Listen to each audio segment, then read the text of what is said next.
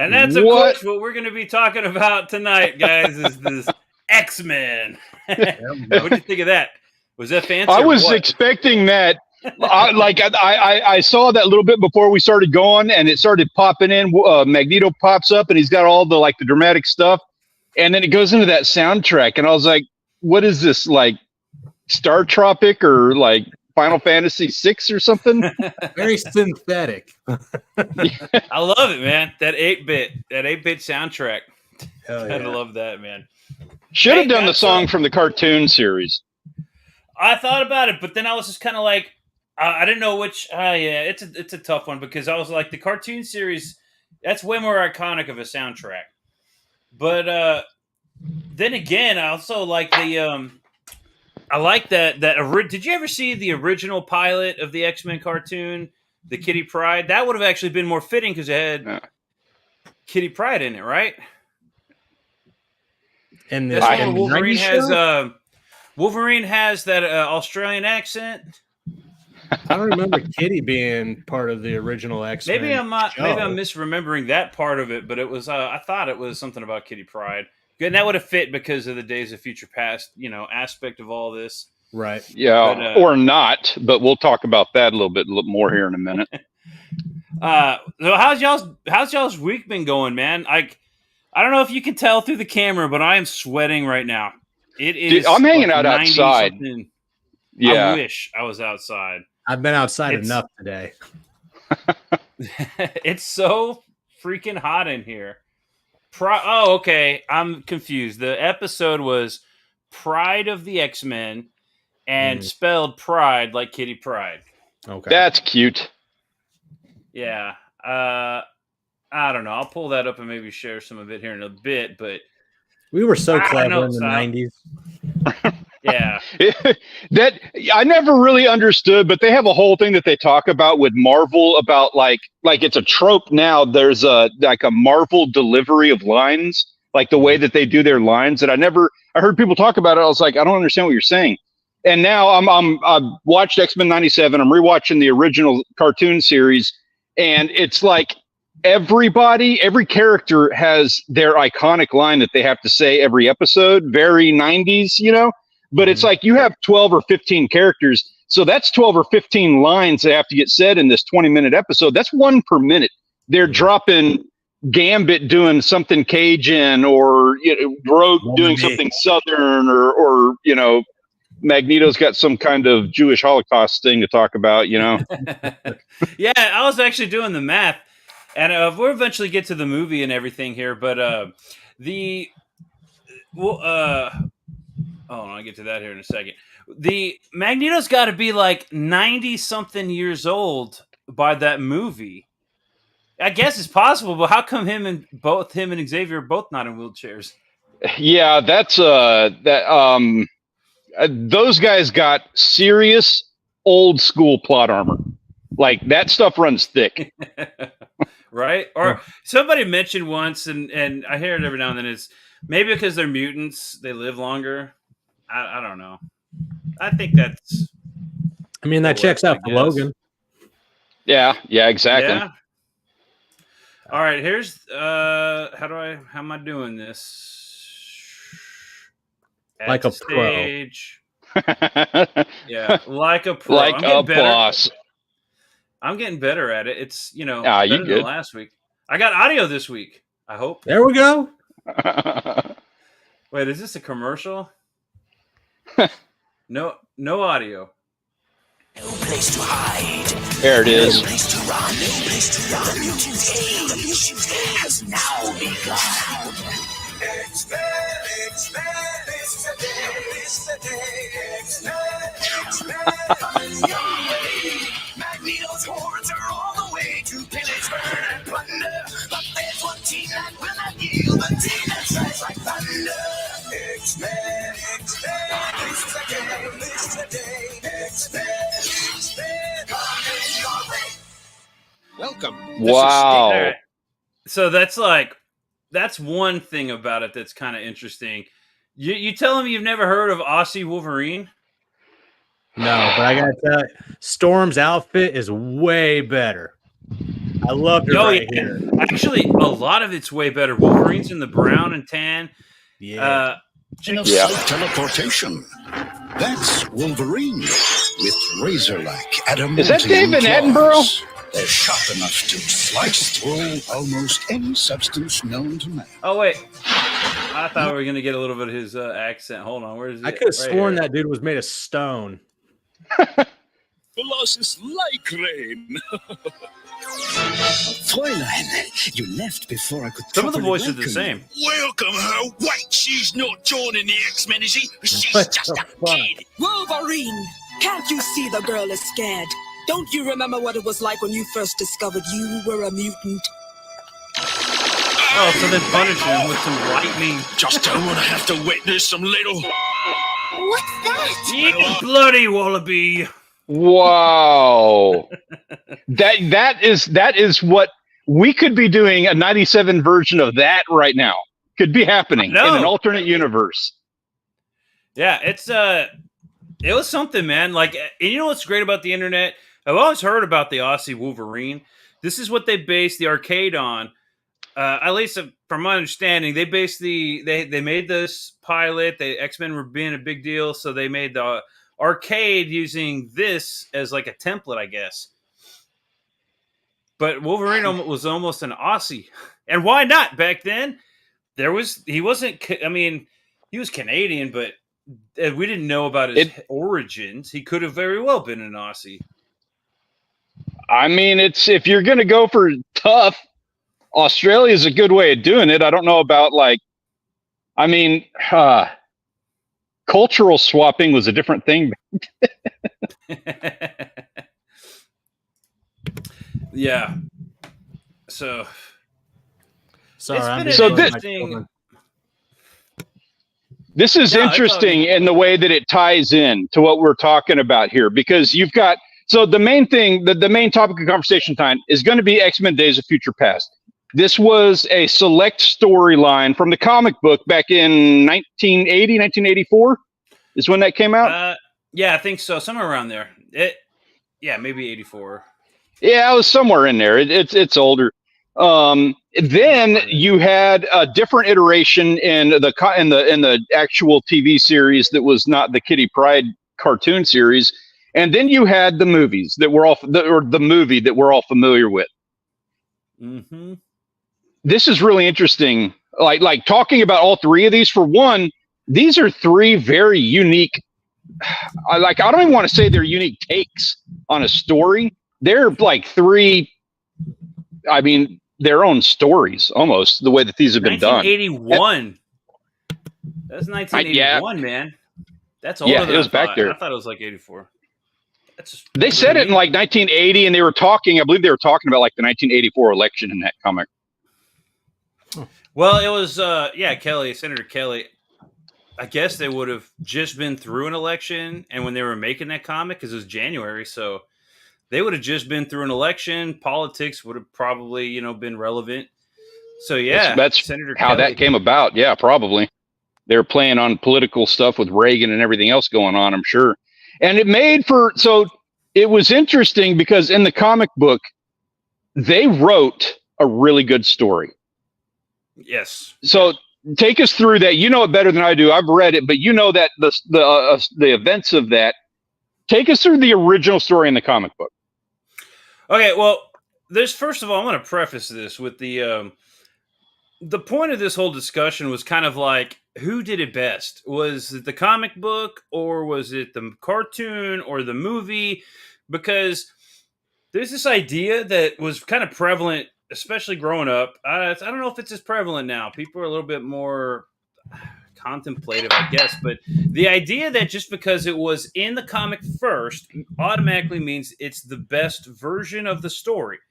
And as much as I like, the comic book, and I like that this is like, it was an awesome story for a comic book, but it was so awesome that it led into, the elaboration, like whatever they developed it further on, and even in the comics, than the cartoon and the movie. where Which, they in had my more opinion, time. that's amazing. That's amazing that ever happened. By the way, It's a cool Like- enough story that they were like inspired to make these other, versions, iterations of the story. But they had more time to develop those, and so it just kind of makes sense that they would be better, right? Like, I really, really like the movie. And the cartoon, man, it's a tough one to say who did it better, the cartoon or the movie. But in the comic book, we've got Kitty Pryde, and we start off in the future. And actually, hold on, you know what? If you got something to say on that, because I'm going to pull up my little go ahead and slideshow. pull it up. I have some issues with the comic book. Well, I have issues with all three versions of it, but I mean they're all very different. The comic book, I mean, you have to take into account that this was 1981. It was a really good storyline, but man, it is not the storyline, unless you've read the comic book. It's not the storyline you're familiar with. The basis is there, and it's funny how the movie pulled some elements and the cartoon pulled other elements. There are some foundational pieces that are there in all three of them, but it's weird the way that they pulled different pieces of it to put their story together. Are we using the same storyline that we just used to retcon Donatello? There was a template. They handed out a template for everybody to follow for like redoing all of their stories. I gotta like double check that I don't have websites or anything on this, but all right, I think Like you got to close all the porn browsers, all the little porn not porn browsers, because I'm gonna breeze through the comic and I don't want certain websites. I mean, it's only 2 issues. It ain't that long. Yeah. Yeah, and that's another thing. That's the original was like a really brilliant story, but it was only 2 issues. It hadn't blown up to what it eventually became. Well, that's one of my issues with this. Actually, one of the issues that I take with the comic book, I like that they did 2 issues to fill out that story, but I have to say there is a lot of exposition in the first half of that first issue. Like, it's a lot of reading for them setting up that story. I agree. That's actually one of the things I appreciate. There's a lot of reading, which is something you don't get as much and more, especially with the manga and stuff. And me and Jake were talking. We're going to do an episode about manga and stuff in the future, maybe next week. But comic books in general had a lot of reading, right? That's just something. It's not Dogman. Like, kids are used to Dogman and manga now. You True. look at these old comic books, and I mean, even in the indie scene, when we're creating books, we're told not to put a bunch of narrative or dialogue on the page to ruin the art. But if you do it right, it flows along with the story. And look at all that exposition being dumped right there. Man, and it helps. I've got zero issue with it being a long read. Like, I've got no problems with that. But I don't feel like the artwork pushes that along. Like, it doesn't tie together. It's kind of, it's like they have to set up so much, and there's so much text dump on the setup for the whole thing that there's like you said, like one of those primary issues is you don't want that to get in the way of the artwork and everything else that's happening. And I kind of feel like that happens at the beginning of this. Yeah, I agree. Yeah. But you got to keep in mind, this is a 20-page comic times 2 because it had 2 issues. So they had to put don't forget, it's not a whole lot of art to be given when you're running through debris. There's only so many panels. I want to see, and it's establishing. A broken road. I don't care to see that so many times. You can put exposition in the way. Yeah, there's a lot you can that was already told with just this with this panel here. And then but to kind of establish everything, we've got, New York, the Big Apple, blah blah blah. But this is like in the future. And then we find out that this is Kitty Pryde, even though in the future, typical, she hates being called Kitty Pryde. I don't know if y'all picked up some of the little new. I don't know, like Storm calling her kitten. Yeah, there was like some feminism going on here that I'm like, oh, you know what? There was it's just hints of it though. This has always been going on. It's been going on for a long time, man. But then, so then she, of course, this is actually a pretty cool panel right here. She's got to go so she's in the future. She's like running to meet Wolverine to get some piece to some machine so that they can do their big plan, right? In the future, of course, the Sentinels are like running the show, which is actually interesting considering usually there's like a government or something. I'm not sure if it was ever explained. I don't think there is. Like the Sentinels in this timeline in the comic, they were set to go and then they took control. They were autonomous. And there's a line in the comic book that says that they were given autonomous control to do whatever it took to get rid of the mutants. And they say that there's like a line at the bottom of one of the panels that says the only way that the way that the Sentinels figured out how to do that was just to take over entirely. They took over everybody. And you know what's really interesting about the comic that I didn't really pick up on the first time I hadn't read it in a while, but I really do like the idea that this only happened, like the movie doesn't really talk about it, right? Or the cartoon. It's real ambiguous where all these events are taking place. The comic book does accentuate the fact this is happening in America. Like America just screwed itself with this shit. And the other countries are like, nope, if these things start to move or spread outside of your country, nuclear fallout, you're all done. Like, we're all done. We're not going to deal with this. That was a cool aspect of the comic book you don't hear about in anywhere else, is what's going on in the rest of the world.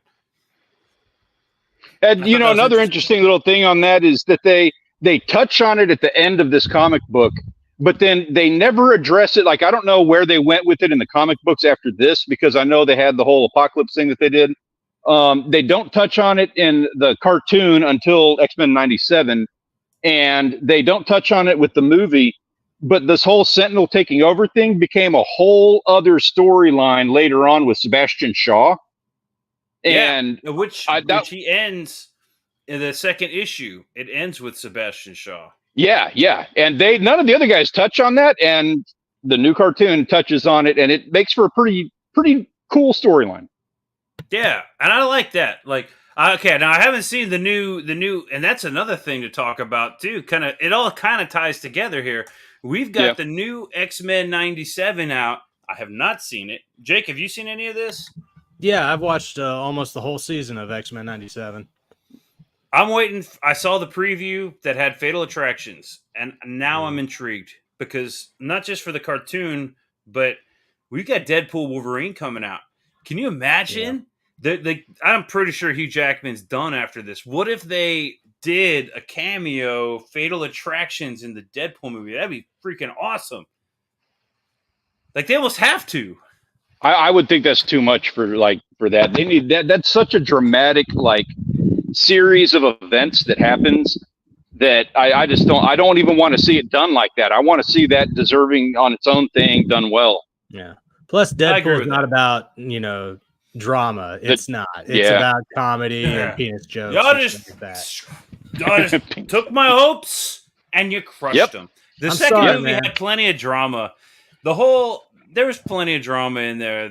I could get into it, but then I'll start crying, and then Deadpool 2. There is a lot of drama in that. Okay. In Deadpool 2.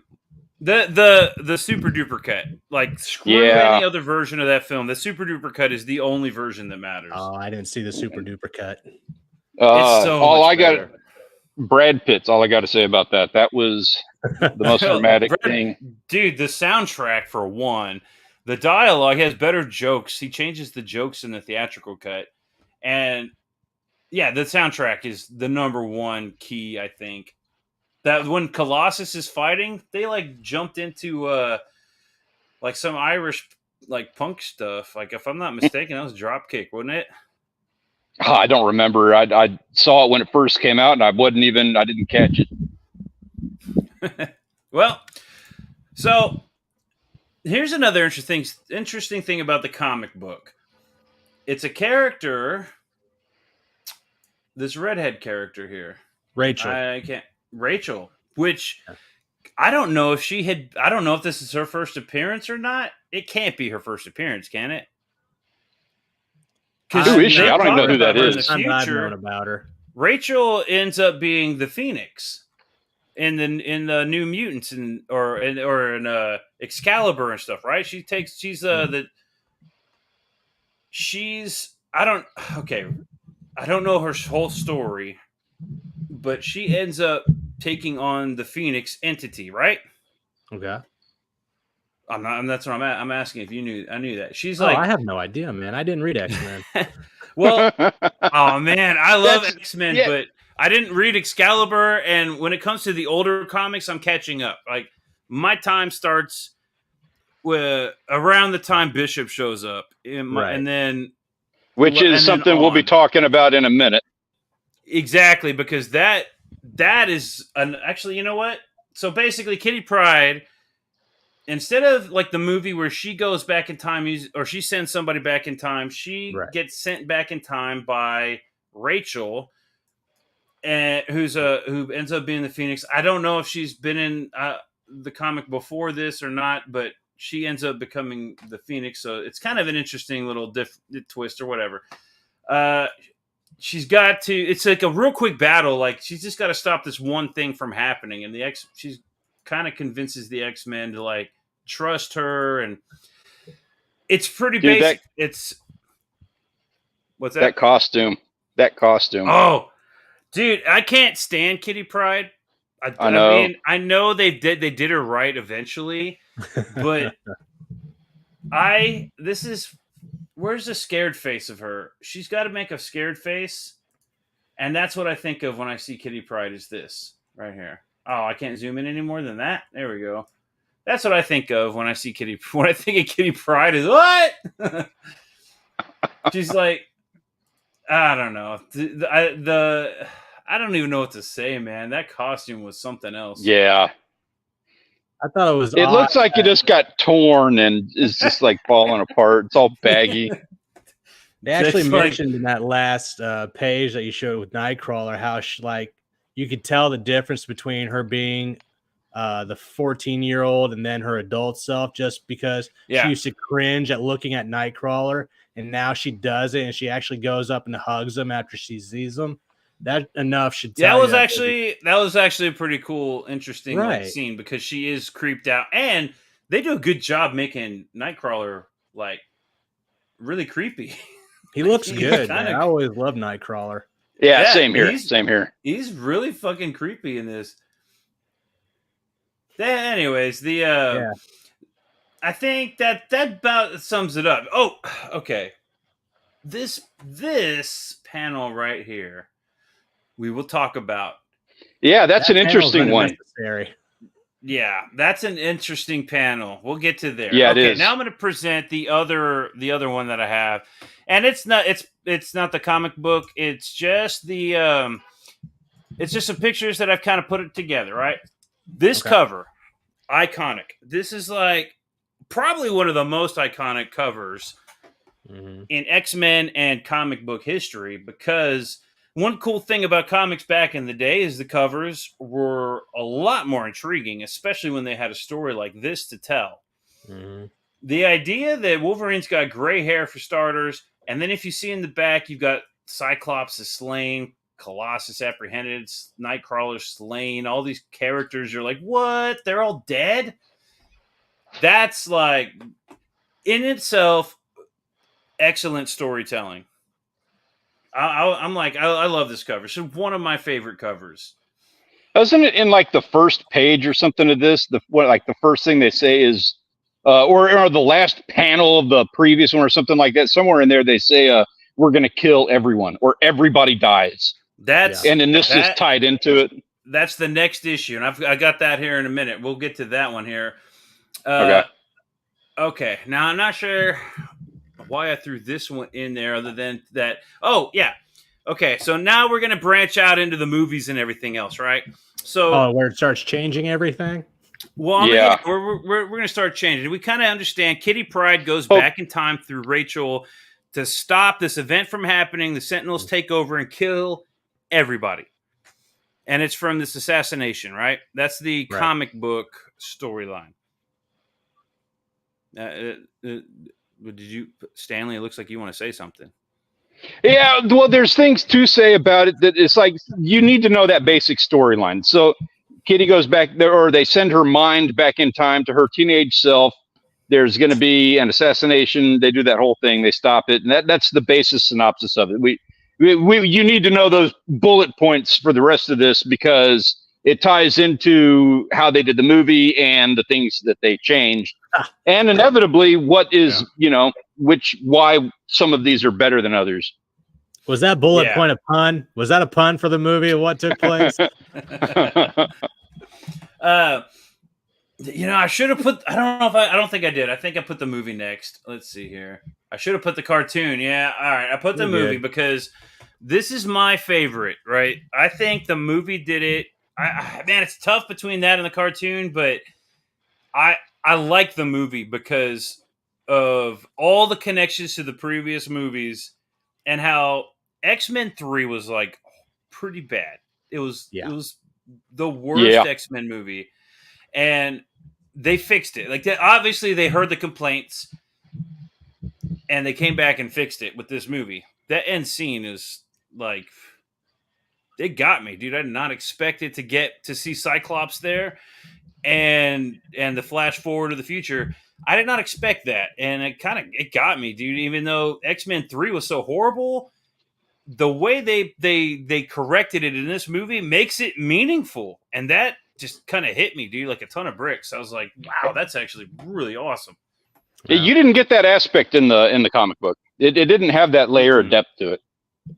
Yeah, and of course, this is where like the whole argument of is the comic book better just because it was first? Because it was a great story. It inspired storytellers to make other comics, which then led to the cartoon, which then led to the movie, drawing upon all this. And they had like how many years to make this movie? What kind of budget? Obviously, they're going to be able to develop a story way deeper than a 2-issue comic that they were rushing out. You know what I mean?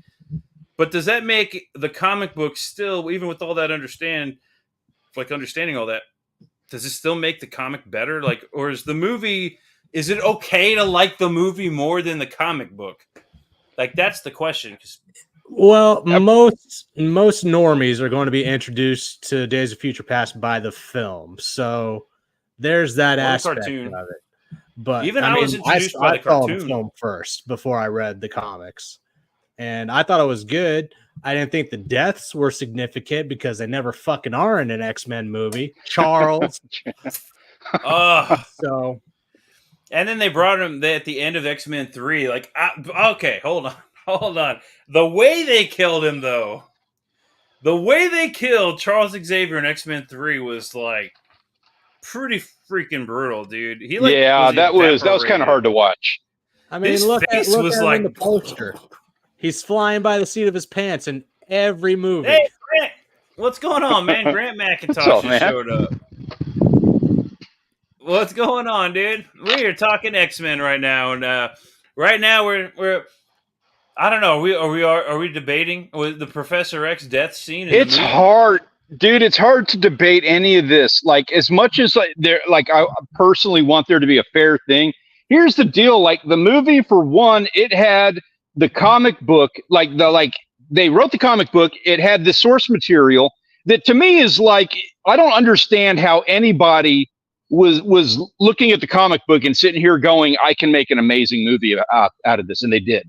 So I can't believe that actually happened, because as good of a story as it is, reading that comic, I was not sold on this being a movie, let alone a good movie. The movie itself, the movie itself is like, it got, you know what? I'm just going to straight up say it. It got lucky.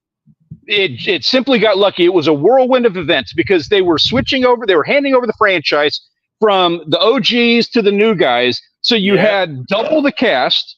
And you had, the old guys who are like, dude, we're just here for the paycheck, and then we're out. Finally, we're done. And it's like, we got just enough of 90-year-old Sir Ewan and 90-year-old Patrick Stewart. We got just enough to love and appreciate having them around. We got Zero, Anna Paquin Rogue, which was freaking awesome. Hold on. I thought I told you to watch. On. I am standing my feet. I'm standing my ground on that. The Rogue Cut, dude. I watched the Rogue Cut. And that was garbage. The rogue scenes were garbage. All right, they are garbage. That was, you know what the rogue scene was in that movie? The rogue scene, this is how they set up the whole thing. They did the exact same bullshit that they did in the Star Wars remake movies or the newer ones that they did, where they're like, hey, let's send Charles and Magneto off on a space adventure to go get Rogue so she can save the day because Kitty Pryde, she can hang out under the table, but she can't handle just doing her thing for the next 15 minutes of the episode. Right. You know, the Rogue Cut, you know what I should have done? I should have said, okay, what you need to do is watch the theatrical version and then watch the Rogue Cut, because then you'll understand all the other little differences that the Rogue Cut adds to the original. But I didn't do that. Yeah. I sent you just to the Rogue Cut. But there's like a bunch of weird little subtle things that are happening in the movie that if you actually like Lord of the Rings, the extended edition, you watch that, it's fine, it's awesome. But if you watch the extended cut, then with that in mind, you're like, oh, now that scene actually makes more sense. And I didn't realize it didn't make sense before. It's like you don't need it, but it's just fun to get it. It's not fair. Like, I watched it, but I'm going to say it's not fair because, like, I like Anna Paquin. I'm fine with her. I don't like her as Rogue. I'm in that camp of people that I don't like her as Rogue. But to be completely fair, I also do not have somebody that I would cast as Rogue. Like, I have not seen that person that's like, I want that person. I just haven't seen them. I never would have cast that Anna Paquin as Rogue. Not at all. There's I can think of a few people. I'm sure I could think of a few people better than her, but I don't know. Like, I don't even. It's almost like I don't want to think of an actress that could play Rogue because I like the cartoon version of her the best. I agree. Her voice, the way she looks, everything, and there's just nobody out there that's got that. You don't have that personality. The comic book has it. It's not to say that the cartoon has got the perfect version of her. I don't even think that's the case. It's really, really good. But the combination of the first cartoon series and the new cartoon series and the comic book 90s Rogue, like that trifecta is just not happening in the movies. And I don't see the actress that would do it. Well, I like that the movie focused on Mystique, and actually every version focuses on Mystique because the comic focused on Mystique. What do you think of Jennifer Lawrence as Mystique? I like Jennifer Lawrence, but I don't like her as Mystique. That's because we got the perfect Mystique. You know, we had the perfect before. Yeah, we had her. Yeah. And then we lost her. Why did we let that happen? Because Jennifer Lawrence started making a name for herself after the whole Hunger Games shit. And then she had a couple other ones too. Yeah. But that's one thing that they actually got right in the comics was they gave Mystique, the helm of taking over and being the catalyst for everything to take place.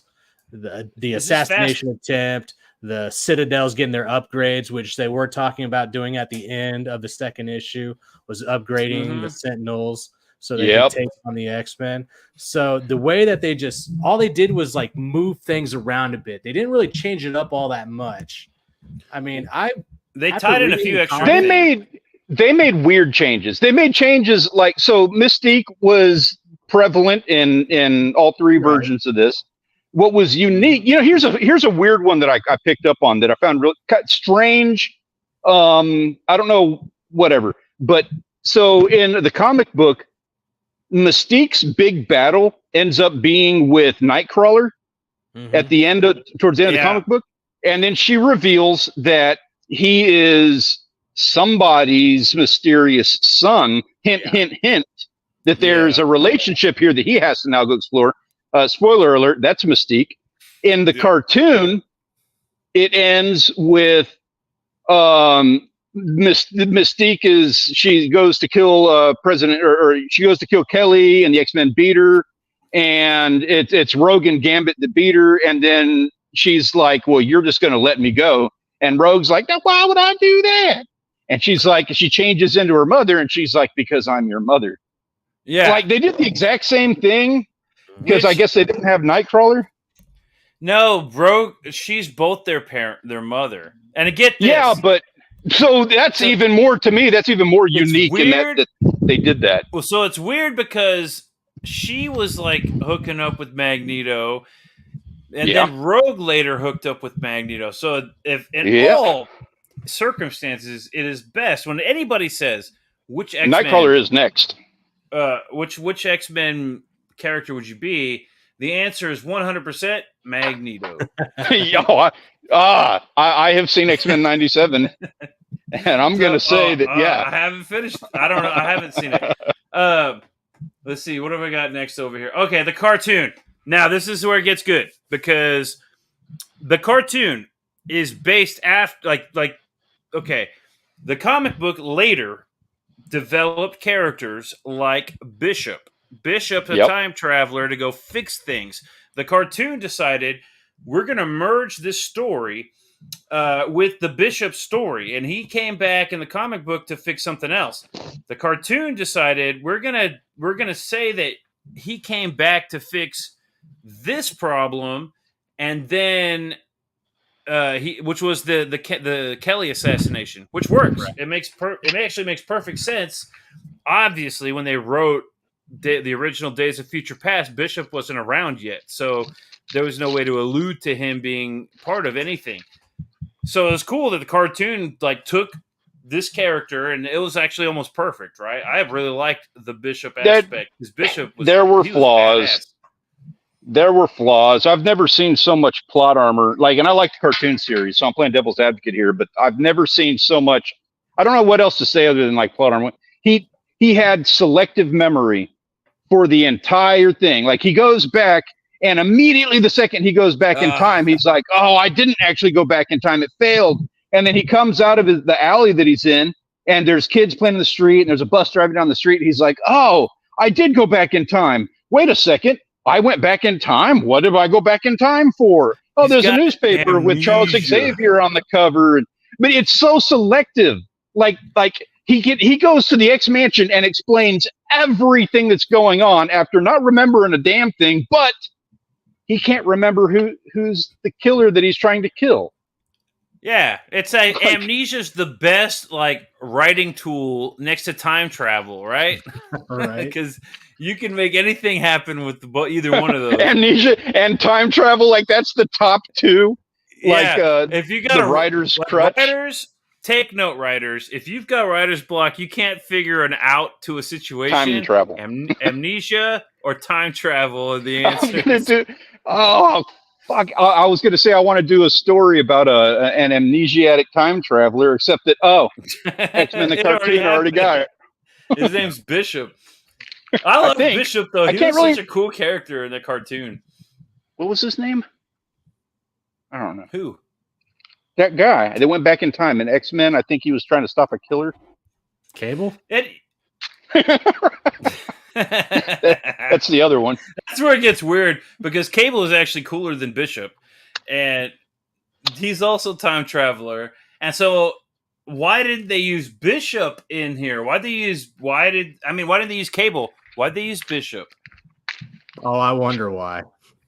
I wonder why so badly. He's got the M on his eye, so that's a bonus, right? He's mutant. It's easy to tie into Days of Future Past. I did like how he went back to the future after he fixed everything, or everything got fixed, and then there was a whole new problem to deal with. That was kind of cool. So we had to go. Yeah. And Forge didn't even have any memory of that because now it's a new future. So he didn't even care. He's just like, we'll fix it, and if you fail, we'll fix it again. Oh, not again. Okay. So that means you just came back from not fixing my problem. So go back now and fix my problem. Bishop actually appeared at the beginning of the Days of Future Past film. He was laying there with Kitty Pryde until it faded away. I don't. I didn't like that. I didn't like that. I didn't hate it. I don't. It's now we got to do it this way to get it correct. Bishop was cool. Bishop was cool, and he was the perfect person in the cartoon to send back in time. And then they're like, he's so cool. It's like, dude, we got to put him in the movie. he's an iconic piece He of is an this iconic entire character. story. I don't. And think they're they like, did yes, him okay, so we'll wrong. put him in the movie and then do absolutely nothing with him. In fact, we're going to make his superpower where he absorbs energy, but he has to have the gun for it to work. That's how the cartoon was. I mean, I guess No, he could shoot no. blasts. Yeah, he could blast it out. He was I mean, basically they have a whole thing with him and like Gambit just doing the same thing to each other. That was kind of cool. Like, I'll take the energy and then I've got this like weapon that I can like funnel it into to make like an amazing, awesome gun. And come on, dude, guns or fists? Guns win every time. You go to a gunfight, you go to a fist fight with a gun, you win every time. Dude, we're in cartoons. Bishop's got his own guns. What's that, Jake? I said we're in comic books. That doesn't hold any water here. Right? Get your head out of the clouds, asshole. Ooh, guns like kill Bishop. people. I'm in a comic book, motherfucker. I did like that aspect of bringing Bishop into the story and then kind of changing a few things. The movie, of course, they send Wolverine. Now, that's an interesting thing, too, to me, because obviously Wolverine's the most popular character, so we need to make a movie focused around him. Sure. 2, fuck Kitty Pryde. 3, but she's got to be involved somehow. We hired an actress to play Kitty Pryde. So we've got to do I don't even think that Elliot did a terrible job with Kitty Pryde. I just have since the beginning not liked Kitty Pryde. Yeah. I've never really liked Kitty Pryde either. And now actually I think Elliot Page played her well. Because that was such a soft character. Elliot Page did an amazing job up until with Days what of she was Future given. Past. When in Days of Future Past, I remember watching that movie going like, what's up with her voice? Like, why does she sound like she's got a cold? Maybe the actress had a cold or something. Nope. We found out like a year later or two what was going on there. And whatever, I don't really give a shit. It's not that big a deal, but what do we got? Here we go. The cartoon. Yeah. When look at that shot. That's crazy. That is freaking. As a kid watching that, I'm That's like, eerie. damn, dude. Of course, this ties into. That's when they. Yeah, they completely. Yeah, I know, and they just completely like blast all organic material off of it. And I don't understand how the Sentinels were this powerful, but they do that in the comic book too. And we'll get to that here in a minute because there's some discrepancies, my friends. But let's just talk about that based off the cover here. Yeah, look at that. Everybody dies in this issue. Yeah. Right? They held what a badass way to do a comic book cover. And you got a Sentinel just blasting Wolverine. He's holding Storm like a toy. Mm-hmm. That's like an awesome cover, dude. Like, again, iconic covers over here. And, of course, in the actual comic book, this was the scene that they were referring to where it's even more gruesome. Like, you got skeletons and shit going on here. Well, you can't. Yeah, this is more gruesome than the cartoon was. If a Sentinel could do that to Wolverine, like, how the hell did Wolverine survive anything? Yeah. Anybody.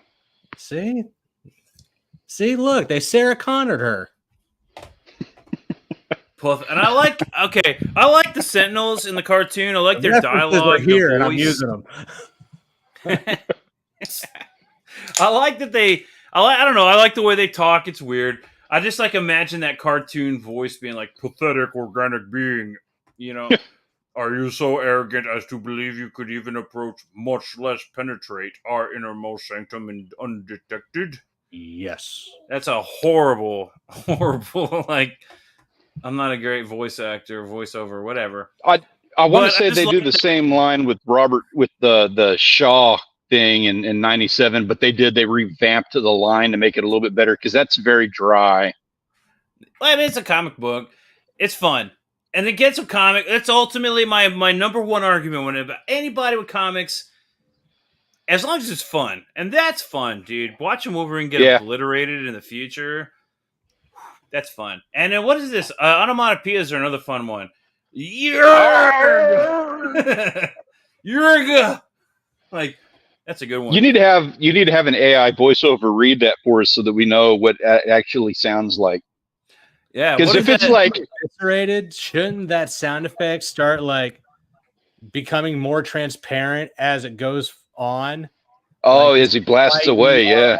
Start fading. Is that Wolverine screaming, Yerg, or is that's like the sound of his like body? Like, where's the sound of his flesh? That's the sound. No, that's the sound of everything inside of him evaporating. Going, yeah. That's the fried vocal box right there.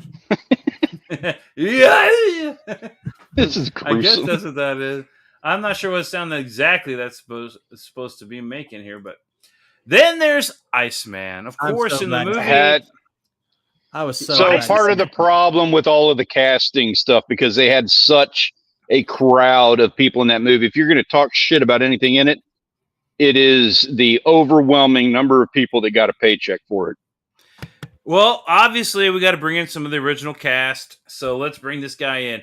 And I like the fact that they gave him like legitimate Iceman powers. He wasn't just making ice roses or like fiddling around with some fucking ice crystals or snowballs. He was like X3 for that to happen.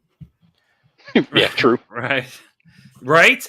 And then on top of that, like he's full on Iceman, ice crystal. You know, he's like really kicking ass.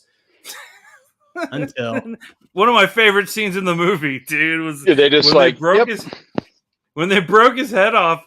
I was like, damn, dude, that's pretty badass, actually. Like, they completely screwed up on this. The way that they should have done a more iconic death for Iceman is to put him in the fridge and have him explode. They should have melted him. No, melted him. They should have shoved him in the fridge, and then he goes. And he stops.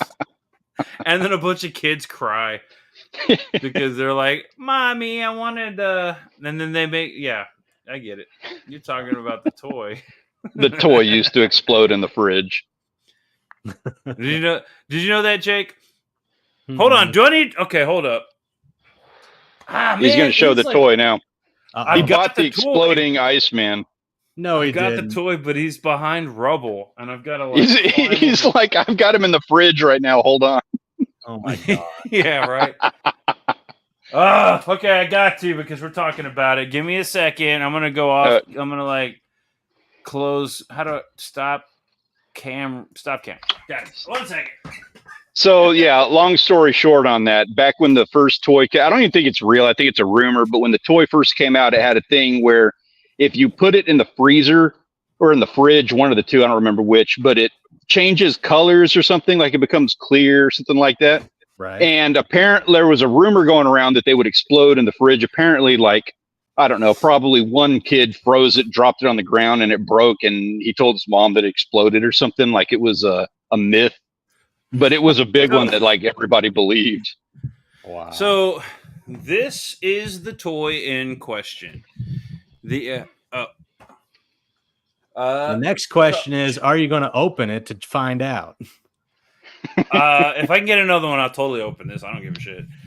Collecting, I have it on the wall because I'm not going to play with it per se, but I've wanted this thing. I have wanted this toy since I was old, when they came out, right? When this toy came out, I wanted it. You could not find this toy anywhere. And I heard it's because when you put that toy in the fridge, it changes color. I don't think, and it does change color, but I heard that because when you put it in the fridge and it changes color, kids are putting it in the freezer because it says to put it in the freezer that the plastic would explode under those temperatures. Now, I haven't tested it, but you know what? If I get another one, I'll totally test it. I don't care. But that would be I tell you what, that'd be a YouTube video right there, is just doing that test on it. I actually searched that up, And that's when I come to find out that's not actually what happened. Mhm. That was, I don't know where that rumor started, but we all heard, like a lot of people heard that rumor. This toys exploded. There's an article about it, but the fact of the matter is this toy was hard to find was because clear plastic was on toys was like a new thing, and so they didn't make that many of Iceman. He wasn't that popular, but because of the clear plastic, everybody wanted one, and and collectors, I guess back then, those were guys. The people working at like all the convenience stores, box stores, were like, "Oh, this thing's gonna be worth money." So they would take them all and put them off to the side, so there were never any on the shelves. And that's why it was so. And because there was like one in a case, anyways. It was a hard toy to get. And then eventually they're like, "Oh, people like this toy," so they made a new one that was the same thing, but he was blue, and he did not change color in the freezer. And that might be because they exploded. I don't know if that's true or not. I can't really say, but that's still gonna have to do some research on this. Yeah. But so that brings us back to Iceman. And, so many children's childhood nightmare right there. This is like, brought back so many memories. All of those, he survived that. He survived that entire time, and all they had to do was just grab him and snap him. It was awesome though. That was such an I love that scene, dude. I don't know. And then he steps on the head and like crushes it. I thought that was awesome too. They did the same death. Oh, that's funny. They did. Was it Days of Future Past? No, it wasn't. They did the same thing to the Diamond Chick in that other movie. They did? Emma Frost? Yeah, Emma Frost. Yeah, Magneto. Yeah, he ties her to the bed with the metal like. But they don't kill her. They're just like cracking her and stuff. It cracks her little neck, and then he says, like, if she ever turns back into a diamond again, all you got to do is just give her a little kick. Which, I mean, that kind of was a little horrific to me. That kind of, that meant that she could never do her powers again. I don't know. Getting off on a side tangent. What you got there? I don't know. Like, it's got to affect her. It's like Colossus getting. I saw a video, but I didn't watch it. What happened to the ding in Colossus's head in the Deadpool movie? He got that big dent, right? If he transforms back to a human, he's gonna have a giant dent in his head. He's either got to bang that thing out, or he can't turn back to a human, or he'll be brain dead. Does that? No, we call that loopholing.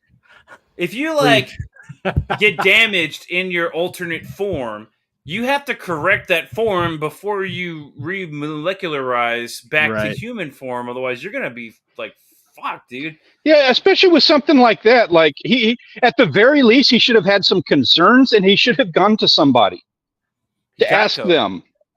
I mean, could you imagine Forrest Gump with a Russian accent? Go to the mall, and the guy that like fills those windshield dings, or like those pop-it whatever things. No, like, you have to have the thing for the car dents that you pop them out with like a fucking plunger. Yeah. He goes there. He's like, just drill hole, plunge, poke, like fix hole in my head. So, of course, with the death of Iceman at the hands of the badass fucking Sentinels, I think those X-Men, those movie Sentinels were fucking awesome, by the way. Yeah, they were an intense foe. That was the most intense version of the Sentinels. There's and I assume that's supposed to be Nimrod. I'll bring him up here in a bit, but like that Sentinel and the whole concept, dude, being based on Mystique's DNA and all that. That was a really interesting touch, like a really cool twist, because they can adapt and all that. It's kind of what Nimrod did, but they gave it again. They've had time to develop this story and have multiple people writing it. You've got really cool ideas coming into the movie, making it more thought out, and it's not so much that is it better than the comic, or is it just like they had the time to do it? Because I don't want to say it's better than the comic, but it is better than the comic. I can say I would never believe Charles Xavier doing heroin. Yeah. I mean, that was a fun one, and I didn't like how Beast was controlling his like abilities with the heroin. Right, And the he drug had addict. like a watch that did that for him. It was like a transmitter that suppressed his mutant gene. He could turn it on and off with a watch. For how long? At what point did he like give in to the blue guy, and then eventually, like there's an issue of X-Men where he was shitting in a bucket in his laboratory. I mean, well, I'm not joking. I mean, Stanley, it's Beast, dude. This isn't like, fucking Gambit Beast who goes off literally to in the the casino. comics. This is Beast we're talking in the about comics, here. Beast literally had a litter box in his fucking studio. There's a reason why in they the got him cartoon running comic. around naked with just one of those puppy diapers. So at what That's his point did his uniform. watch like start telling the wrong time, bro? It's like you know what? I'm giving in. I'm done with this. Can you just Give me see? the bucket. Give me the So bucket. who is it I gotta take his dump. in the morning? Who is it that's responsible for taking him on his morning walk? And has to like what? Professor The X. plastic baggies. He doesn't have legs, and I don't blame him. If you're having to pick up Beast shit in your front yard, Why else would he be on heroin?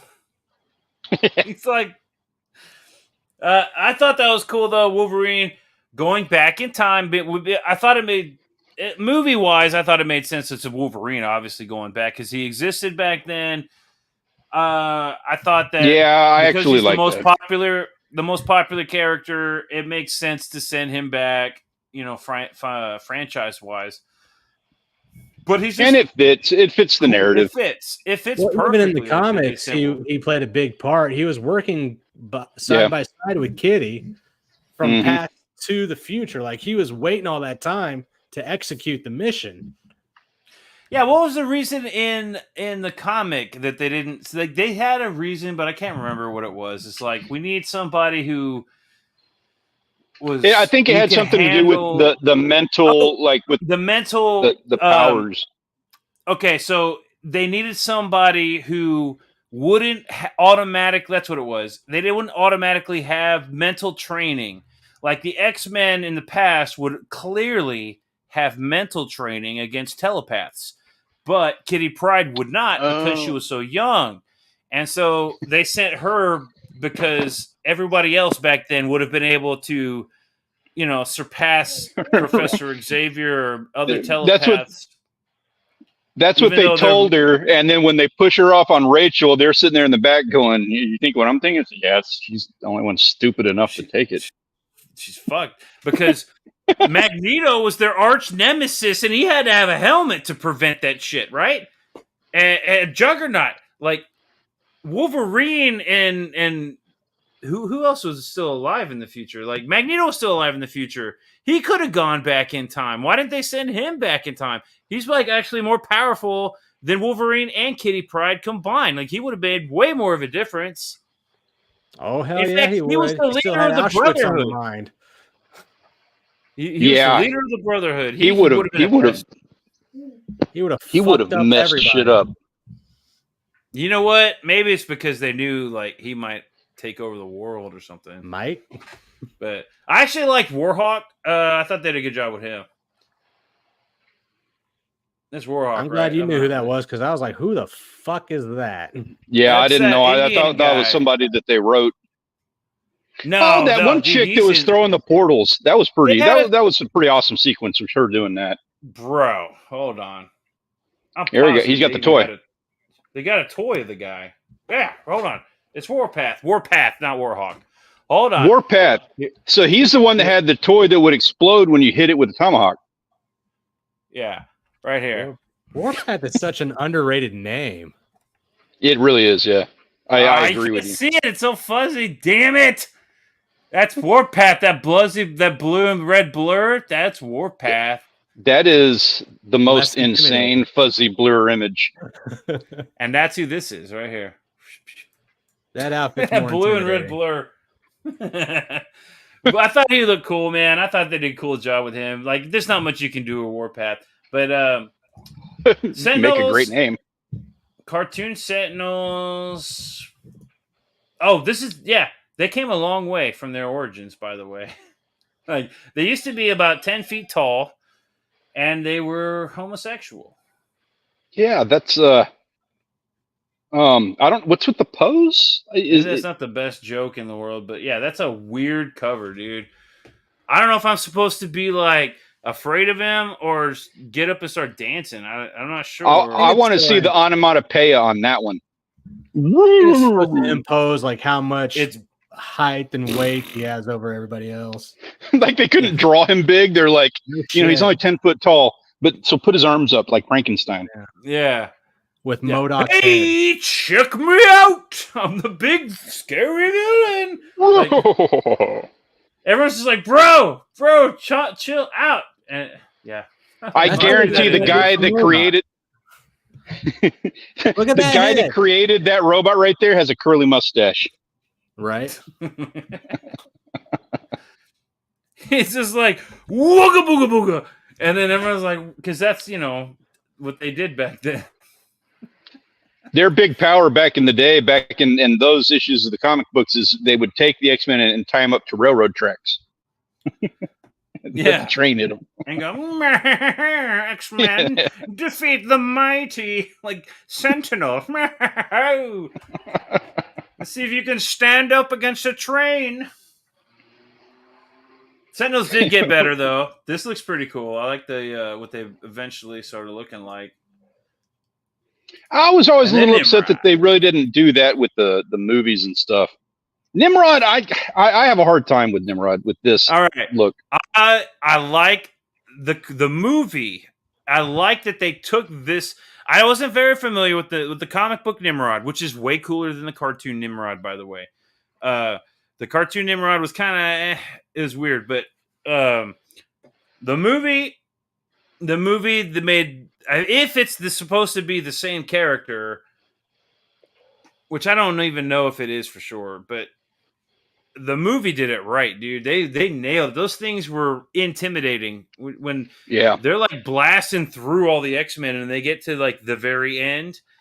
You're like, oh shit, and then they flash back in time. It's awesome storytelling, but if it is Nimrod, like these guys are where it's at. That cartoon didn't do it right. The comic book, there's multiple concepts and stories arcs that have to do with Nimrod, and I'm not that familiar with the character in the comics, so I can't really like wax intellectual on that. I know they didn't do him justice in the cartoon. Yeah, it wasn't great. The movie was awesome. What about you, Jake? You know something about Nimrod? Any thoughts? I just think he looks like a big hulking dude. I don't really see much of a threat outside of having to knock down Goliath. Well, he had lots of powers, and that was kind of fun and cool. What was that? What did I move on? Vision. He looks like the Vision and Iron Man. Oh, no, he looks like the Vision the White Vision version of Juggernaut. Yeah. Oh yeah, I could see that. He's even got the diamond in the chest where it's supposed to go. Oh yeah, he does. This suit not only like keeps me alive, it gives me my power. I'm the Argonaut, bitch.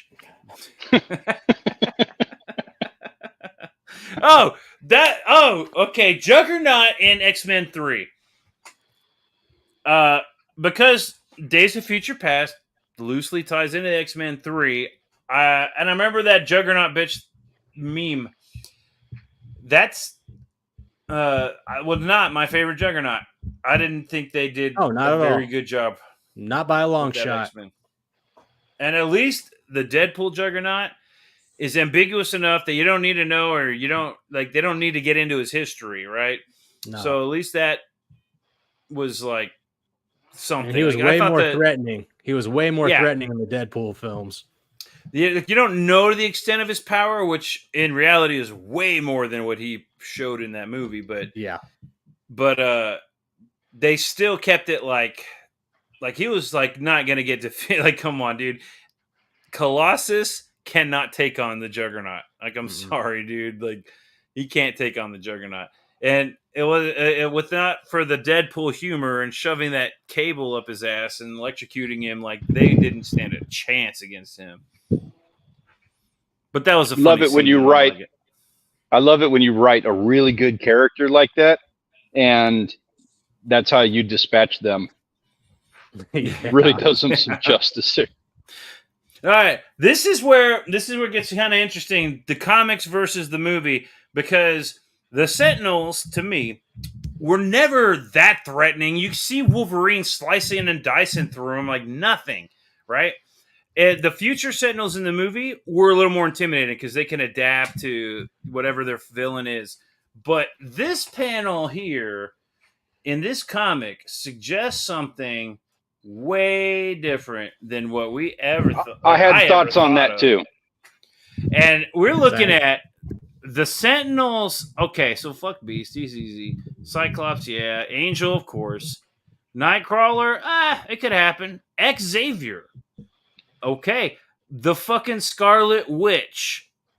Good luck with Daredevil, of course. Yeah. I can. Yeah, the Thing. Fuck the Thing. That was actually an accident. He was walking around. They just accidentally stepped on him. Iceman, we saw that happen. Spider-Man, Iron Man, Captain America, fucking Vision. The Sentinels were more powerful than Vision. Let's just keep going here. Doctor Doom. This is where it does get interesting down here. Yeah, at the bottom. Right about here. That's not even the one that.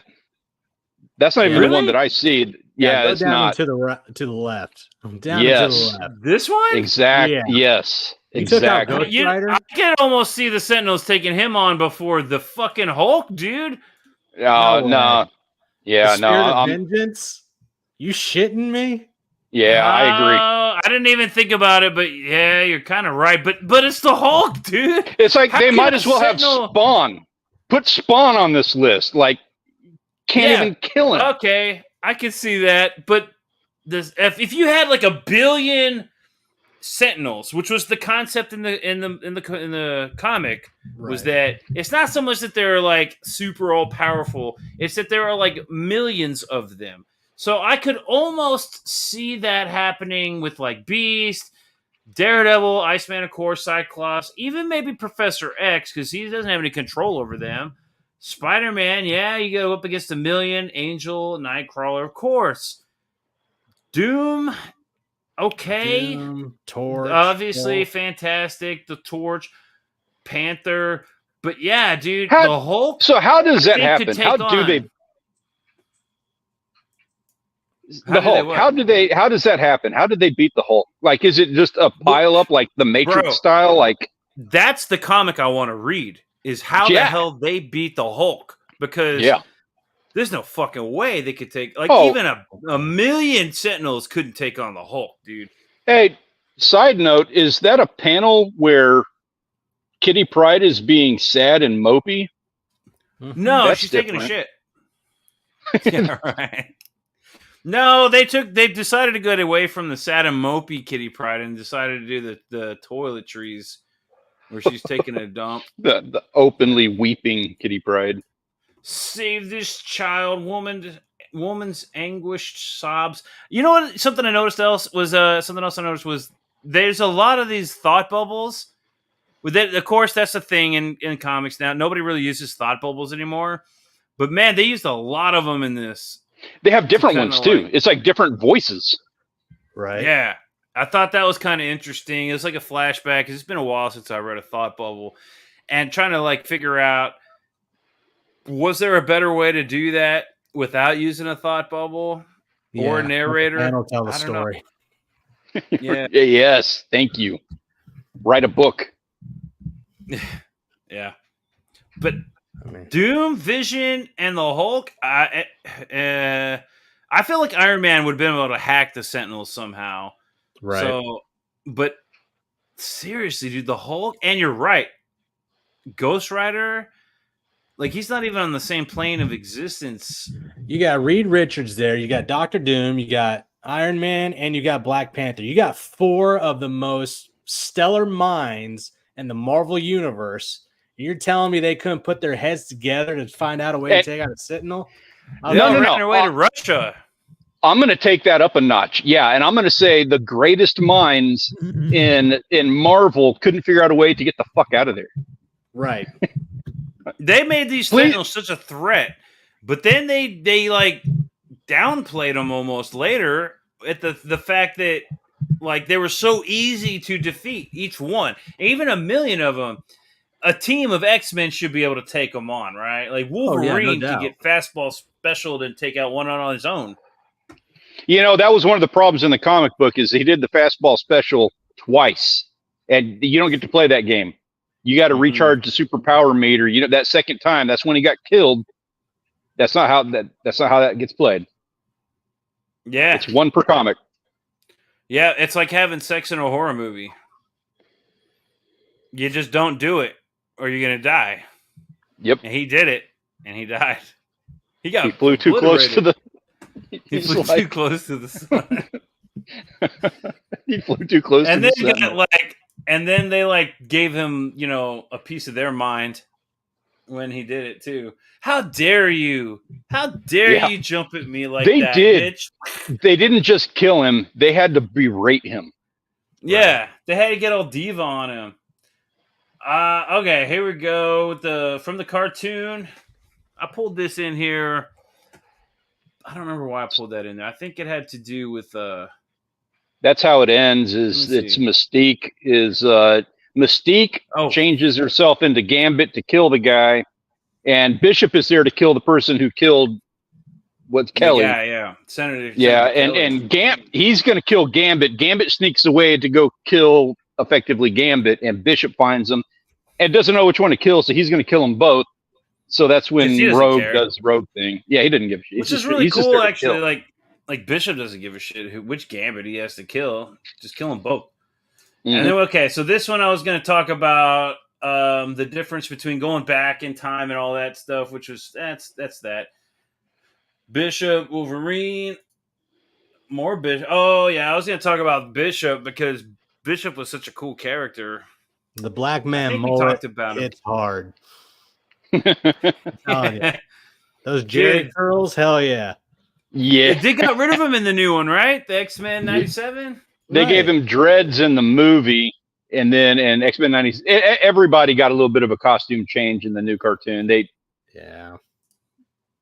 did. Some of it's good, some of it's not good. Oh, they're in the movie Bishop. I saw that dude in Twilight. Oh, was he in Twilight? It's the same look. Hey, can y'all guys keep this going for just a second? Sure. I gotta. Leave us on some panels of Kitty Pryde not being. Oh no, cool. She looks whiny there. Yep.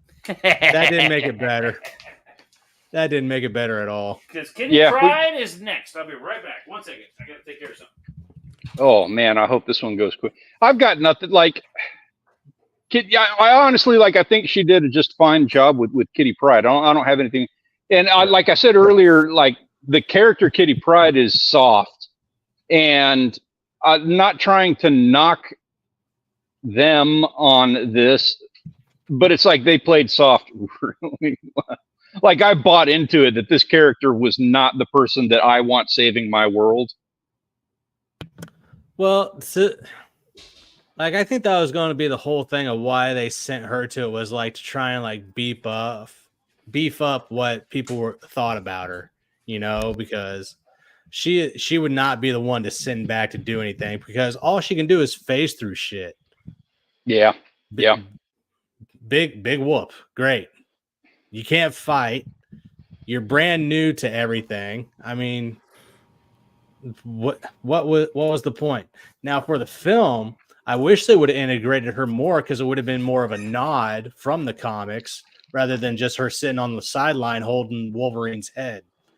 I think she could have done a little more like she did in the comic, but I still don't think it would have been enough to make her a significant character. Yeah. she was kind of a worthless throwaway character. They did make her more important and cooler later. I'll give them that. Well, look at her But damn, costume. it They took didn't give that a second thought. Yeah, she doesn't even this look like she is- fits into that thing. It looks like they just pulled one out of the closet and they're like, "Here, put this one on." I will Yeah, say we got this: this from she did Gene. not Put 'em fit. on. She did not fit into the X-Men, and this costume actually helped personify that aspect. Yeah, it She did. just didn't fit it. She was not an X-Men.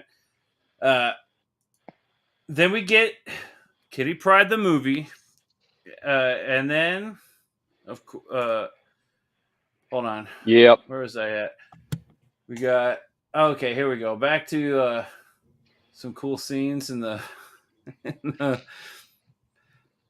We talked about Kitty Pryde earlier. I brought that up only because I was like going to mention her voice changing, and I didn't realize why her voice was changing and why. Why would you go? Went from Kitty Pride to Kyle No Pride. Yeah, no, too much pride. Chad. Chad. It's a Giga Chad. Favorite scenes in the movie. So that is there we one of go. the best movies. That one of the best scenes in like any of these. Period. We Man. milked that one too many times. You get one. This- You get one. They did Again, this right? fastball special with Quicksilver. Yeah, this scene was like, okay, like Quicksilver's fast, the Flash is fast. The Flash, by the way, didn't even come close to like the effect that this scene was able to accomplish. Right. This scene was so freaking awesome. I kind of wish I had pulled up the video, but I don't have the video pulled up, and it'll take me too long to figure it out. But this was one of the coolest scenes in that whole movie. And I love the movie. Again, I think the movie was better than the comic book because they actually like had time to develop stuff. Because in retrospect, they had all these other versions of the story and aspects of characters. They're trying to tie in new franchises. So who's a new character we haven't touched on? Quicksilver. That actor is funny. He's just fun to watch. And this scene freaking nailed it, man. I loved it. Did y'all have another scene or anything in that movie that you particularly liked? Not one that stands out like this. There was Like I one said, other. this is one of the best in all the movies. There was This one is other the on best different scene in all the levels. movies. I do agree. That's why I put it first. I think this is the best scene. There's another scene that got me, though, that I thought was really clever, that I kind of wish they had done in the comic or even the cartoon. And that was when Professor X met himself through the mind of Wolverine, connecting to the future. That was well done. I'll give you credit. I don't have that same, like, it was impactful. It was, I don't know, dramatic and heartfelt and everything. The Quicksilver scene is cooler, like far way more cooler. memorable. Yeah, of course. Yeah. But the thing I liked about this, aside from the interesting concept of like you're still connected to yourself in the future. So I'm a mind reader. I can connect to who I can see through your mind into the future. But that's where the drugs and the heroin thing comes in, right? He's like, it actually kind of makes it a little more meaningful because he's like distraught. He's like in pain. He's suffering. Obviously, old Professor X is aware of this. As weird as it was for them to kind of mix those two together, the idea that he would connect. Imagine if your 20-year-old self could connect to your mind of your older self. We would hate each other. And what wisdom you might gain from the knowledge of your future self might do a lot. Obviously, it would do a lot, but I'm an asshole. I'd be handing off stock prices and winning basketball teams. I don't know. This scene touched me, man. I was just like, there's something about the idea of like connecting to yourself in the future and seeing how bad shit can get, and it's up to you to fix it. And you have to kind of get through the bullshit that you're going through to prevent that I loved it, man. So I had a hard time. Now I'm not saying it wasn't a heartfelt scene, but I have two questions about this that I feel like are kind of a plot hole. For one, young Professor X, why is he not thinking that this is a radical drug trip? That would be like first and foremost. Second, why are they not giving like old Professor X? He's in the mind of drugged up young one. You'd think he'd be sitting there going like, wow, I remember when the world looked like this. You know what? Okay. That does dredge up a question. If young Professor X, with his newly regained abilities, could travel through Wolverine's mind through time to meet his older self, why the fuck didn't Professor X insert himself into Wolverine and go back in time with him, using him as a catalyst to survive the trip, and then convince everybody that they're fucking idiots and change the entire future? Everybody's just hijacking poor fucking Wolverine's body so that they can all go back and experience their drug trips. He's a subway, bro. He's a fucking he's a subway for fucking telepaths to the past of the future. He should have woke up at the end of that movie like mentally just crippled. Kitty Pryde's the conductor. We're going back to the past, boys. And then Professor X is like, I'll take that. I'll get on that trip. And then they meet up with the young Professor X, and he's like, damn, bro, you got some good hair. I got a one-way ticket to Drug Town. Yeah. Hey, Magneto, I got a pretty powerful mind. You want to come with me, dude? We're going to go back, and we're going to pop some rupees. Dude, old Professor X should have jumped through Wolverine's brain into young Professor X's mind and inhabited his body, and then just relived his whole life over again. With legs and drugs and money.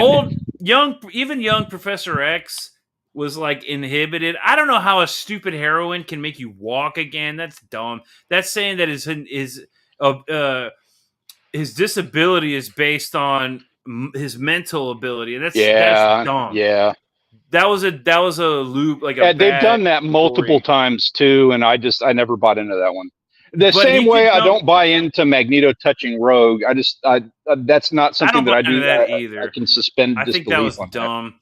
But he could have jumped into his younger self's mind and then jumped into like somebody else's mind and then had like a young hot body and just relive life, as well. Right? Yeah, if he's able to have this conversation with himself, his drugged up, stupefied younger self, why can't he do that with anybody else? Like, he's in Wolverine's body. Mike? Take over Wolverine's body. What's up, Mike? WTF Mike shows up. We're talking about Professor X. He's got nothing to lose because even if he succeeds, that means he won't exist, right? So, and all his pain and everything, his entire existence and experience will cease to exist. So he should have jumped into somebody else's mind and at least just lived out a happy life in somebody else's body. He could have traveled back in time through Wolverine. He should have done that because even if he succeeded, he's the only person that could truly escape that reality, even if they succeed. If they don't succeed, this is his only out anyway. So he's got nothing to lose. And he could jump into some drug addict's body who's going to die in a week anyways and fix his life around. And then there's a million things he could have done. It was a missed opportunity. Total missed opportunity, man. But this again was still one of my favorite scenes in the movie, aside from the Quicksilver scene. Of course, Magneto. I love this actor. I don't think anybody else could have played Magneto better than him. I don't know. Michael Fassbender, he does a fantastic job.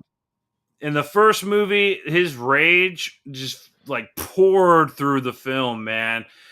We finally got a cool costume for him in this one. I don't know if they've really done Magneto justice in regards to costumes, but because even this is like weird, but like seriously, did they even have this kind of like athletic mesh in the fucking 60s or whatever? Like, he probably built that himself, like with his own, magnet powers. He put that suit together. But his helmet is still like archaic, like it was hammered by a Viking or something. Like, I don't understand. I don't understand the idea behind the costume. I get it's like Magneto-esque, but it's like modern Magneto. You know, Real they did a question weird for- thing to him that I thought was strange, unique, or whatever. He's got his cape, like, you know, every superheroes got to have their capes. His is not cut flat at the bottom; it's cut at an angle. Because it's modern designers, fashion designers, and everything's got to be I'm askew. curious who he got to design that. Yeah, This someone is had the- to like yeah. pass that off to him. this is the WTF first Mike outfit says that looks like styrofoam to me.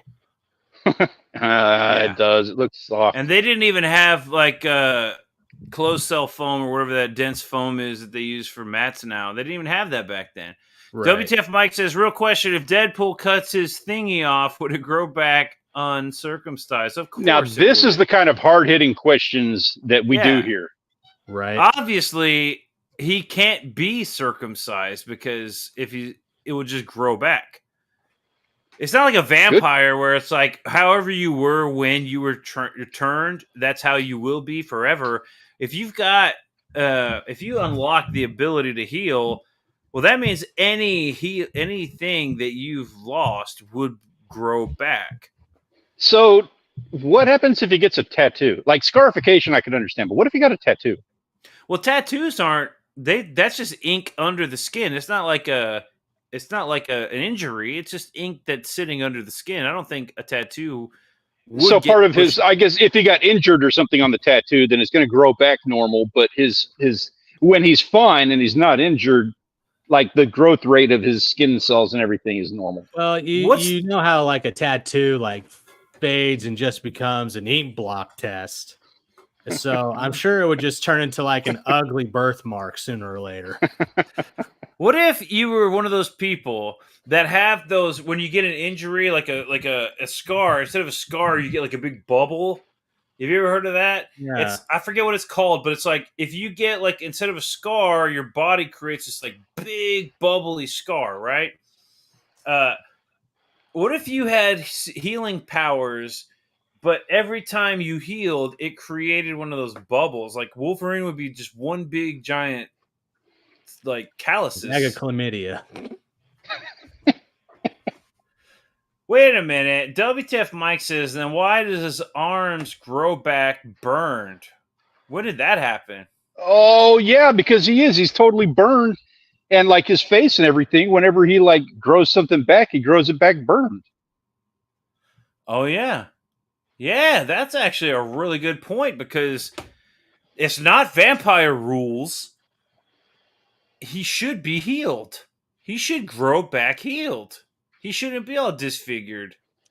Well, he didn't have a I think- disfigured baby butt. Especially if he cut off his arms and stuff. Like, maybe he's like cursed to be whoever he is. Like, but he would have to get completely vaporized to like grow back completely healed again. And he's Yeah. done that, and he grew back burnt. Maybe he got burned from like the healing process or something. Or is it his face? Like, has he ever lost his head? Has he ever lost anything? Like, Yeah, which is like that's another question because he has done that. He blew himself up in one of the movies. So oh yeah, is he like a did. planarian? So is he like a planarian to where like if you cut him in half, do you have two Deadpools? I know they did a whole like thing of Deadpools too.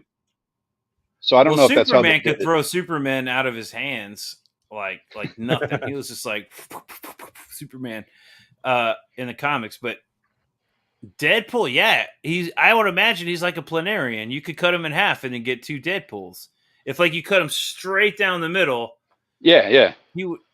You're right, WTF Mike. He should be completely healed. I never really thought about that, but yeah, that makes perfect sense. That Interesting. most of the time we have answers for this kind of stuff, but that's like the first time I've seen Peter stumped on that one. I never thought about it. I was like, I never really thought about Deadpool, why he's not perfectly healed.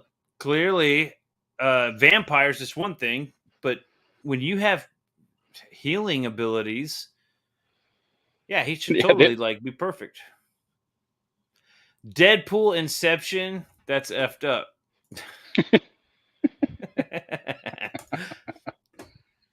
I like that in the cartoon, Wolverine and Storm are like a couple because that was kind of like a weird thing they kind of hinted at in multiple iterations of the X-Men was Wolverine and Storm. And you know what? Maybe we should do a Wolverine episode. I'd be totally down because I like Wolverine up until Origins. But after Origins, bro, they went way off the wall with like alternate Wolverines. It would be a topic of conversation. There's so much story. The Gold Claw Wolverine. Jake, are you familiar with Gold Claw Wolverine? I'm not familiar with Gold Claw Wolverine. It's adamant tonight or something. He got it from the gods. He got it from the gods. It's basically Thor's people, whatever. It's like the gods' adamantium. He got it from Hercules, or something along those lines. When he was like in love with Hercules, and they were dating, they were like a couple in an alternate universe. He has Gold Claw Wolverine. It's sure. Like, why? Why are we making these stories, guys? Why? Is that the same universe? Scraped. It's not the same universe. It's universe, if I don't know. Even as a kid, I felt so bad for her in the cartoons. Could you imagine that poor girl taking an adamantium pounding? Whatever. You know Wolverine was enjoying that whop. I imagine that all the time. I'm Wolverine.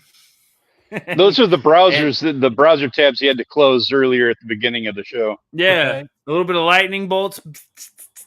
No, Storm, no. She's like, don't call me by my human name. Or is that it? Is this my last picture? I think this is my last picture here, guys. Yep, that's the last one. All right. Wow. What do you think? The comic book, the cartoon, we didn't talk that much about the cartoon, but like there's not that much to tell other than they incorporate a lot more minor of the later differences. Characters. Yeah. What was the best? What was your favorite version? Because mine's the movie, but that's because the way they tied up all the loose ends of the movies into that story arc. And I like that a lot, man. I love the Wolverine movies, except for the Origins. That one was lame, but I like the Wolverine. I like Logan. The comic book did a really good job with the story. Like, it set the precedent for that. And again, like, it's amazing that became a movie. If you read the comic book, like, I can't see how anybody was able to pitch that and actually get the green light on making a movie for it. But the foundation of the story, the foundation of the story, even in the cartoons, it's like they gave it its full thing. Like, they gave it a full 2 episodes, the same way they did 2 issues in the comic book. Mm-hmm. And it kind of needed that exposition, needed to be able to explain it. I thought they did a great job with the foundation of telling what was a really good story. But, man, the movie just nailed it. Like, they did a really good job. It was unique, too. You don't see stuff like that. I'm not going to say that it's not setting any kind of a precedent. It's not like in any other case the movie was so much better than the comic book. That is normally not the case. But in this one, I'm thinking the movie was it. Hey, Mike, WTF Mike, what was your favorite iteration of Days of Future Past? Was it the comic book? Was it the cartoon? Was it the movie? I was of the mindset that it was the movie, and I think it makes perfect sense why the movie would be the best version. Jake, what do you think? What's yours? I think being an X-Men Days of Future Past film, we should have had couple more X-Men that were actually part of the story in the comics in the film. Like, they did a one and done with Blob in Origins, and they even did him dirty in that film. Okay? Yeah, I agree with that. Pyro, he should have come back for it. I don't care about him and Iceman having their little spout. I think that blonde. Well, hold on. In the movie. Sorry to interrupt you, man, but you're good. Pyro was an established character in the original X-Men movies, which would mean he didn't exist in the past when they went back in time. Yeah. That's one of the loopholes they would have had to figure out. But they did it with they did the same thing with Nightcrawler with his red daddy or whatever. So I guess they could have done the same thing with Pyro. I think the beginning of the film they should have shown Professor X and Magneto being killed. That way we could have had the story where Mystique takes over the Brotherhood and she led those X-Men from X3, The Last Stand, into this film. I think that would have flowed a lot better.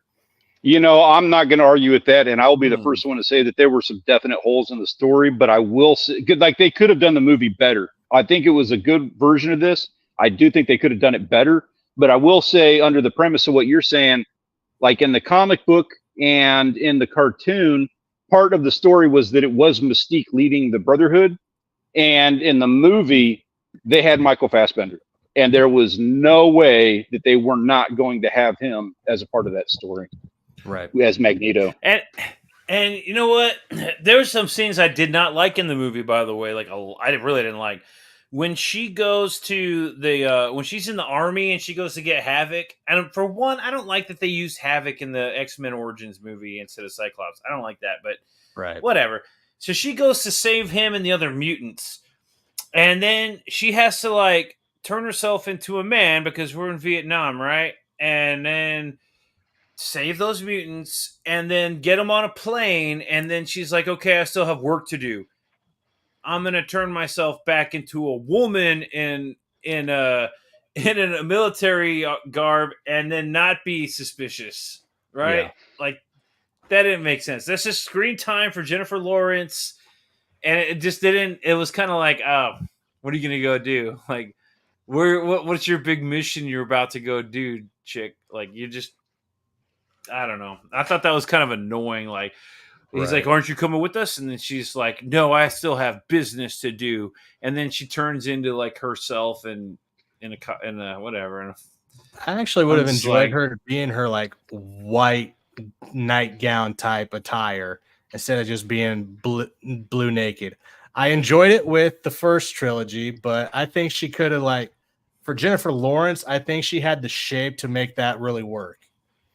Yeah, you know, one of my biggest complaints about the whole thing, and I'm not even trying to be like that guy, like I want, you know, blue naked chick running all over the place, but she looked really out of place when they put her in the uniform, and they did that because she was having issues with the body paint, giving her problems. Probably had some mental health issues as a result, because I know that she was probably getting all kinds of cat calls on set and everything, and people taking pictures over buildings and stuff. She's probably got PTSD. But I'm sure she bitches about it to this day.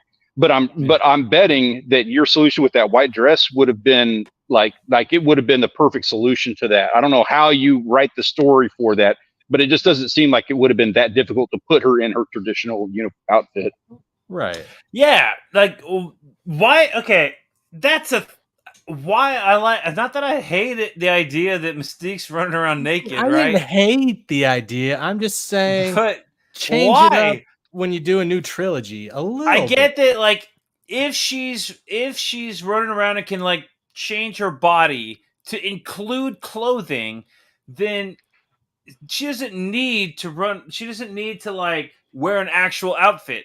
But that doesn't mean that she needs to run around naked in her natural form, right? Wouldn't she just make an outfit to cover herself? That didn't make any sense ever. Not that I'm complaining when it was Rebecca Romaine, but you know, like, everybody on set was looking for the blue snatch. That's all they were looking for. And dude, or the nips. Like, come on, give me just a nip, just a half. Like, get the lighting just right or something. It was just like, what? I don't know. That whole thing didn't make sense. I agree. They should have put her in that white dress. It would have been way better than. I think it would have been sexier than her just running around naked. Oh, no doubt. Honestly. Yeah, because teasing the mind is a lot more arousing. Leaving something to be desired. Yeah. There were some scenes where she is in the whole blue naked thing, and it, like, I'm a dude, so you know they're catering to dudes with this, and it there were a couple of scenes where it did not work. Yeah. I don't know if they thought it was gonna work or if they were like, I don't know. It's like that episode of Seinfeld where like he's like dating that super hot chick and then she does like crunches or something and she does some weird pose naked and is the naked chick. She's always running around naked and everything she does, he's just like he's so happy because his girlfriend's naked and then she like coughs or something naked and he's just like, oh yeah, no, we can't date anymore. Like I can't now that I've seen that, I can't like get past that. It's like, I don't want to see you, oh, WTF Mike says it works for some of us. I mean, I'm not complaining when she's jumping up and down, but like when she's doing the leg kicks and stuff and like. The leg kicks were weird looking. Yeah, they were kind of weird looking. I don't know what it was. It didn't do it for me. All right, did we ever figure out which is stronger, vibranium or adamantium? I think adamantium's stronger because vibranium was like, man-made, right? Maybe, but that's movie MCU versus vibranium's an asteroid, right? That's the whole thing with Wakanda. They use vibranium. I thought I think you're right about thing. They just had copyright issues, and between the MCU and Fox. So the real question is whose IP is stronger? Yeah, right. Well, the answer is which Quicksilver was better, Fox or MCU, right? And it's Fox. Joss Whedon was too focused on giving us cleavage for all of his women, so that's the argument there. Yeah. So personally, I thought the movie was better, and I had a discussion one day, and I was like, you know what? I know the comic book's the comic book, and you're supposed to like the comic book and the original better, but honestly, I thought the movie was better, and it makes sense because it has more time to develop. I thought the cartoon was great, but honestly, didn't really like the comic book. It was great, but it was like as much as all that development with the movies and the stories. It's a simple storyline. Go back in time and fix the future. When you can add like 10 years of movies, or even in the cartoon sense, you can take all these years of comic book development and throw it into the cartoon. You just got more to work with. And so while the comic should be admired and respected, it doesn't mean that it's just automatically better. And that's my argument. I think the movie was pretty freaking good for an X-Men movie, especially considering the movies out at the time. Yeah, I can buy into that. WTF Mike. Again, you got to remember she's a mutant, for fuck's sake. It's going to look funny and weird. Yeah, but why not just put her in the dress with some nips? You know what I'm saying? The white dress with some nips and some skulls. What's wrong with that? I would have preferred that. I'm all about it. I mean, if they did it on Friends for all of them, they could do it on the movie. There's only one way to settle this. We're going to have to do both, and we're going to have to judge. That's fine. Oh, yeah. We got any takes out there? For the science. Hey, look at the thumbnail on this. Look at the thumbnail on this stream, and look at the comic version versus the live version. I don't know, man. Even in that comic book, Mystique had some, assets. I'm just hearing that we need to get Mandy Summers a cosplay so we can get this resolved. We need Mandy Summers in here. Mandy, if you ever end up watching this, we need you in on these discussions because it's important. Yeah, we need a girl's take on the matter. Right. So, going a little bit weird on some of our tangents. We could use some brevity. Yeah, we need somebody to keep us in line. Yeah, why not? Anyways, anybody want to add anything to this? We're like at 1:43. I was actually not even expecting to get to an hour. I was trying to like stretch it at the beginning there, but man, there's a lot to talk about with all this. It's a great story, and they did a fantastic job with the comic book when they first started it. Like they laid the foundation. The cartoon took some really interesting twists to it, and I felt that there was a little bit of that they took from the cartoon and they put into the movie. By the time they got around to doing that movie, They had a lot of good source material, and they got it right. They did a good job with it. They got lucky with a lot of things, but they got it right. Oh, no doubt. Yeah, definitely. And I thought the movie was pretty good. I know some people don't like that movie. I liked the X-Men movies, and that one is my favorite. So, yep, that's what I got to say about that. And what are y'all's plans for the next couple of days here? Anything interesting going on? I know I'm done until like for the summer, so I'm gonna start streaming more and drawing more, and maybe stream drawing more. Well, hopefully, I'm going to be getting some time to myself soon. That way, I can actually get some more writing and shit done. I haven't been able to work on Death Stalks Us or Brother Kit since we moved. It'd be nice to be able to get back into that. That would be great to like. You know what? We're not doing Incendiary this week. We should do a stream and like talk about the when are you planning on launching that next one? As soon as I get done writing it.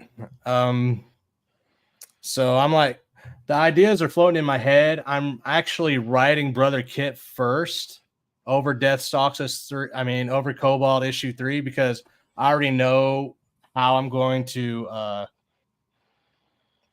choreograph that story. Brother Kid, because it's brand new and it's just an idea where I started getting my character designs together. How I get that one to flow into issue 2 is still giving me a little bit of an issue, but I like what I'm putting together for it. So I think it's going to be fire, but I'm going to I want to launch issue 3 with Brother Kit on the same campaign. So you get 2 comics for the price of what you usually get in one campaign. So hopefully going to get that moving. Yeah, I'm excited, man. Like I like those. Yeah, first good 2 luck issues, on that. So I'm all about like what's going on here. I'm all about like what's going on with your story, man. I want to talk more about that whole thing. Oh, sure. And Monday, okay, so we're not doing Incendiary on Wednesday, so I think we should do something here. Monday, I think we're going to be out of town, so I don't know if I'll be able to do this on Monday, next Monday. But I do want to talk. I want to get B-Rose. We got to get B-Rose in on the next one. I want to talk manga. I'm limited to manga, but I can talk anime to a certain degree. But mangas, I'm like real limited to just a few issues of what I could talk about manga. But I'm totally down. Well, that's usually how I do my manga too. Is I read like a few volumes and then I'll go straight to Crunchyroll and I'll watch the shit out of the show. Yeah, I mean, there's some. Yeah, I mean, that's pretty much the way to do it. There's nothing arguing with that. That all the mangas that are out have animes. That's the thing. Is like you can go watch all the mangas on the animes. So. Shoot, if you get Crunchyroll, just you don't unless you want to pay for it, you can still watch all of them. Yeah, I had Crunchyroll. I have all the Dragon Ball Z's, so I don't need Crunchyroll for that. Okay. It's like maybe like a handful of series that I was interested in watching with my kids, and then it's kind of like done, so I canceled it. I had like a free subscription for like a week. Okay. It's fun. We watch everything. But then it's like, okay, what do we need to get caught up on next? I don't know. There's like a million of them out there. So we're going to have to figure that out. And maybe not for Monday, but summer's here. So maybe Tuesday, Wednesday, Thursday. If we're doing Wednesday, next week, if we're going to be doing Incendiary, maybe we'll figure something else out for the rest of the week. I don't know. So it's all about availability. I'm gonna start doing some draw streams too, if anybody wants to jump in on that. Nice. Oh, yeah. I might not jump in on it just to keep the focus on you, but I'll be in the chat. Well, yeah. Sounds good. Yeah, same here. Well, I'm supportive however you want it. I'm in on that. I wouldn't mind doing something like that myself, to be honest with you. Yeah, and I actually want to talk about some campaigns too. I want to like look at some of the the campaigns that are out right now, because there's a few that are pretty cool looking, man. I'm like Embrace issue 2 just launched. I mean, Nexus. that's one dude, I'm super excited for Nexus. Yes. Yeah, there's a few out there right now that I'm like, I just got Inglorious Rex 2. I need to finish reading it. I've read Godlike John Malin's godlike is intense. And to fully embrace it, I have read that thing 3 times. And I'm on my 4th reading. Now, I will say, my readings are broken up between work and everything else, so I can't read the whole thing all the way through, but I feel like there's something I'm missing. And maybe I just need issue 2. Maybe that's it. Talking plot-wise? No, more just like there's something when you read it over and over again, you feel like there's a piece of information I'm not getting. And I feel like maybe it's coming in the 2nd issue, but maybe I should just reread it again to get that piece of information. Okay. I don't know. Hey, man, I apologize. I've got to bounce here. I've got like 2% battery, man, and all of my this is things it. are beeping at me. Thanks for jumping in. Thanks everybody for watching, and we'll catch y'all next time. It was a fun show, guys. Love talking about this. Talk to you again next time. Hell yeah. Take it easy. What am I doing? Am I not doing this right?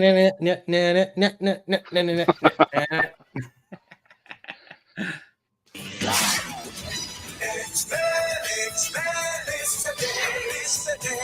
X-Men, coming your way.